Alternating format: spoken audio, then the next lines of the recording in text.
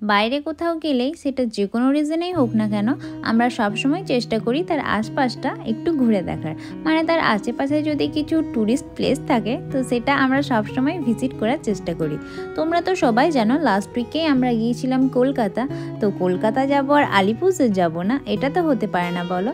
তো আলিপুরদুয়ারে কি দেখলাম না দেখলাম, চলো এই ব্লগে তোমাদের সাথে সেগুলোই শেয়ার করি।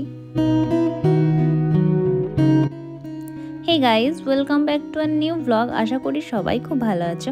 তো কলকাতা থাকাকালীন আমরা ফার্স্ট ডেতেই চলে গিয়েছিলাম আলিপুর জু আমাদের অফিসিয়াল কাজের পর। আর যেতে আমাদের বেশ বিকেল বিকেল পড়ে গেছিলো, মানে তখন প্রায় 3টে সাড়ে 3টে মতো বাজছিল। আর জুটা সেই টাইমে একটু ফাঁকাও ছিল, মানে জুয়ের এন্ট্রিটা আমাদের টিকিট কাটতে খুব একটা লেট হয়নি। তো এখানে তোমাদের সাথে টিকিট প্রাইসটাও শেয়ার করে দিই। এখানে অ্যাডাল্টদের নেয় পার হেড 50 রুপিস, আর 5 বছরের নিচের বাচ্চাদের নেয় 20 রুপিস মেবি।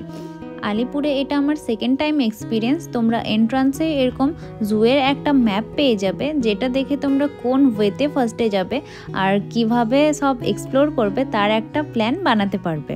প্রত্যেক দিন সকাল 9টা থেকে বিকেল 5টা পর্যন্ত এই জু ওপেন থাকে। তো দেখো এইখানে এসে ফার্স্টেই আমরা দেখে নিলাম গরিলা। এখানে 2টো গরিলা থাকলেও একজন তো লজ্জাতেই বেরোয়নি, জাস্ট একজনেই বেরিয়েছে। তাও ভাগ্য ভালো আমরা দেখতে পেয়েছি। আর এই দেখো জেব্রা, এখানে কিন্তু অনেক জেব্রা ছিল, বাট সামনে তো জাস্ট এই 2-3 জনই ঘোরাঘুরি করছিল। এগুলো কি বলতো, এগুলো হলো গ্রিন ইগুয়ানা, বাট এটাকে তো আমি রং পাল্টানো গিরগিটি ভেবেছিলাম। তো যাই হোক, আমার কথা বাদ দাও, এটা হলো কানাডিয়ান কাকাতুয়া। আর দেখো এই কচ্ছপটা সাইজ কত বড়। এখানে এই কচ্ছপটাকে দেখতে আমি তো দূরের দিকে তাকাচ্ছিলাম, বাট হুট করে দেখি এ তো সামনে বসে আছে। এইখানে তোমরা অনেক রকমের হরিণ দেখতে পাবে, অ্যাজ লাইক ক্যানাডিয়ান হরিণ, অস্ট্রেলিয়ান হরিণ, ইন্ডিয়ান হরিণেরও অনেক ভ্যারাইটি ছিল। এগুলো কি হরিণ সেটা তো মনে নেই, বাট এরাই একটু ক্যামেরার কাছে ছিল। তারপর দেখো দেখে নিলাম পান্ডা। গোটা জুয়ের মধ্যে আমি জাস্ট এই একটা অ্যানিমেলেই দেখলাম যে একটু এনার্জেটিক, বাকি তো সবাই ঘুমাচ্ছে না হলে কোনো পাত্তাই।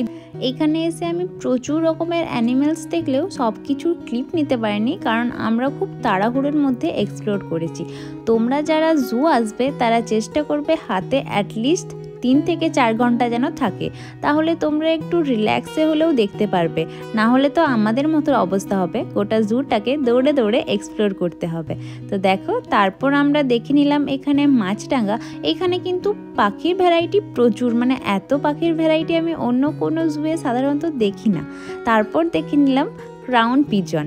এগুলোর সাইজটাও অনেকটা বড়, আর মাথায় দেখো ঝুঁটির মতো রয়েছে, আর কালারটাও একটু ব্লু টাইপ, যার জন্যে সাডেন যদি কেউ দেখে তো ফার্স্টে দেখে তো এটাকে ময়ূর ভাববে।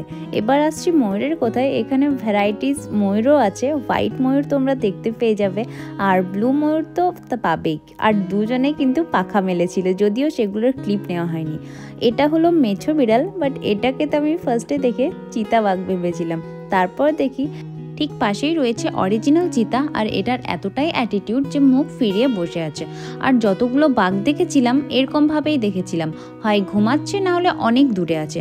দেখো এখানে এতগুলো জিরাফ থাকা সত্ত্বেও জাস্ট একজনই যে একটু পাবলিকের কাছাকাছি এসছে। আর তারপর দেখে নিয়েছিলাম সিংহ মামা, যদিও সিংহীকে তো আর দেখতে পেলাম না। আর এখানে বসছিল হাতি। আর সবার শেষে আমরা দেখে নিয়েছিলাম স্নেক। প্রচুর রকমের স্নেক দেখেছি, বাট সেগুলো একটারও ক্লিপ নেওয়া হয়নি। তো আমাদের ঘোরাঘুরি শেষ, আর ব্লগটাও আজকে এখানেই এন্ড করছি। কেমন লাগলো তোমাদের অবশ্যই কমেন্ট করে জানিও। আর এখনও যারা চ্যানেলটিকে সাবস্ক্রাইব করনি প্লিজ ডু। দেখা হচ্ছে খুব তাড়াতাড়ি অন্য কোনো ভিডিও নিয়ে। ততক্ষণ পর্যন্ত টাটা।